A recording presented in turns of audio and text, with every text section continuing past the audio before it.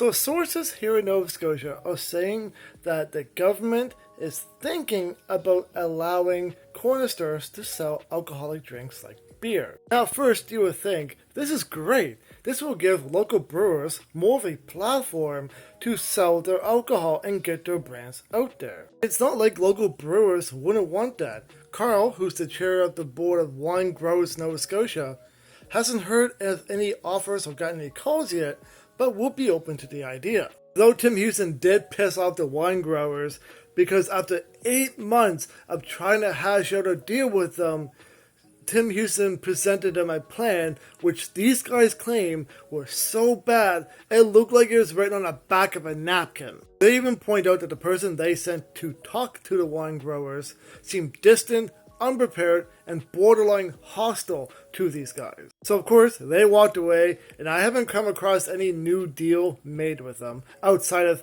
Nova Scotia Local. Now in a brief interview, Mike Hammond, who's the Atlantic Vice President of the Convenience Industry Council of Canada, says he has heard rumors of this, but there's a lot of uncertainties that are happening right now. One of the biggest hurdles I personally think in Nova Scotia will be the Nova Scotia alcohol law and how it's written.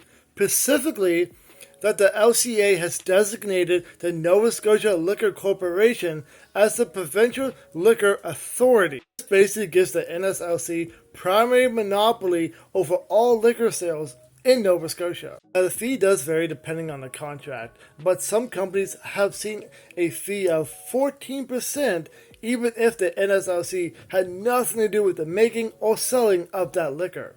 So I'm really hoping that they do expand into corner stores, that they help fix this so local brewers can keep more of their profits. This isn't the only thing that the NSLC is up to, as Nova Scotia is partnering with them around new cannabis laws aimed at the sales of Mi'kmaq reserves. Now, when cannabis became legal here in Canada, Nova Scotia specifically, the NSLC immediately jumped on this and wanted to sell it in Pacific stores. Leading up to the day it became legal, Halifax police were raiding cannabis dispensaries even though these were legitimate businesses. The main reason why they're trying to change the rules of cannabis sales on Mi'kmaq reserves is because recently the RCMP raided Mi'kmaq-owned dispensaries claiming that all this was illegal and they were doing criminal activities. Now, the Mi'kmaq leaders and the Mi'kmaq Rights Association is strongly opposing these raids, claiming that those dispensaries are protected under the Peace and Friendship Treaty,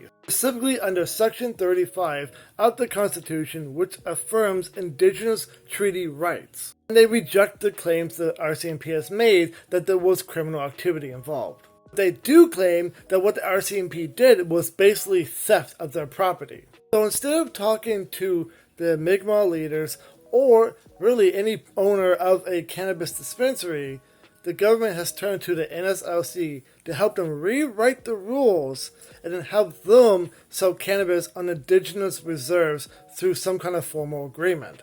Really screams supporting local business, eh? That's my 2 cents on the matter, and I'm very curious to know, what are your thoughts? Do you think Nova Scotia should be allowing the sales of alcohol in corner stores? And what do you think about this whole cannabis story? Tell me your thoughts in the comments down below.